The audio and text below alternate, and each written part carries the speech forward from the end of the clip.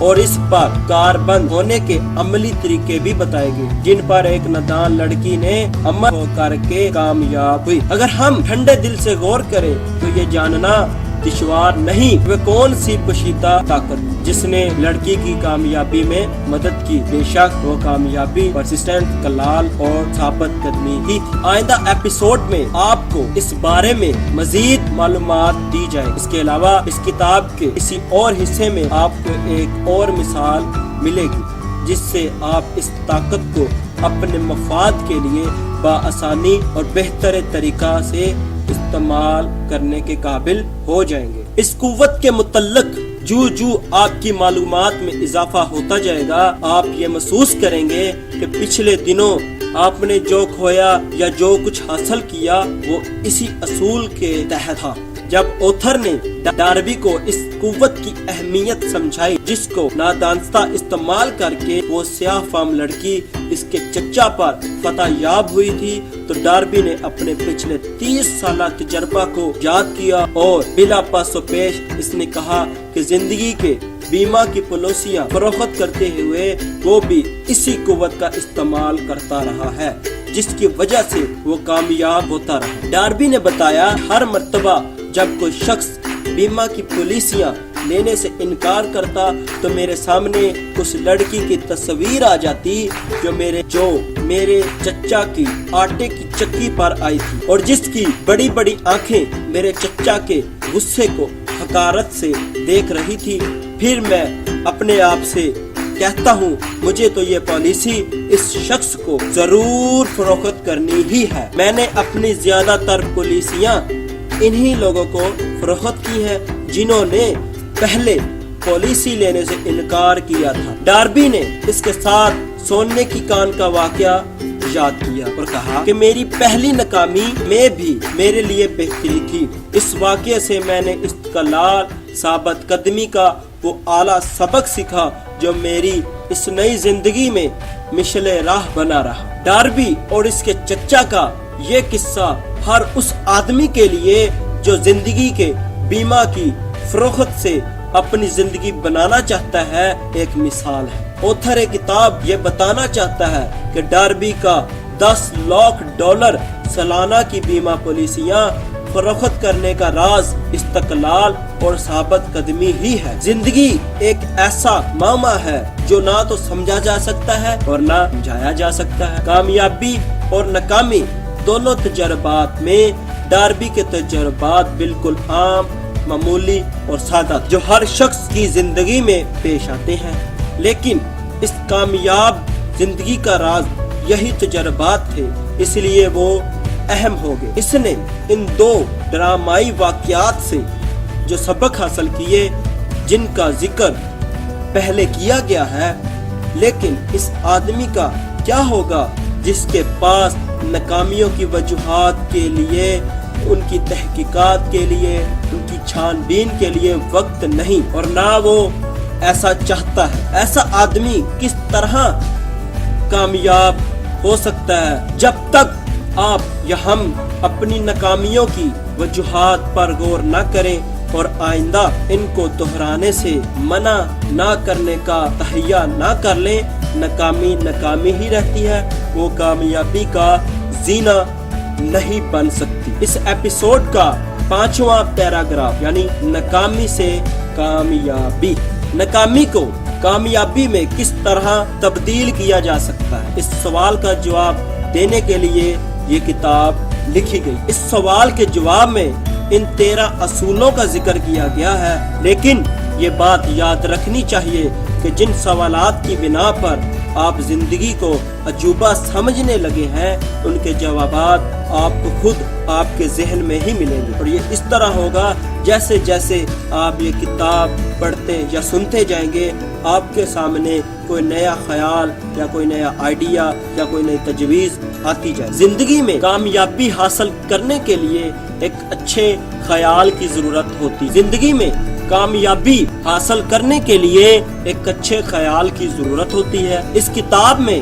دیے گئے اصولوں کے ذریعے آپ کو فائدہ مند خیالات پیدا کرنے کے بہترین طریقے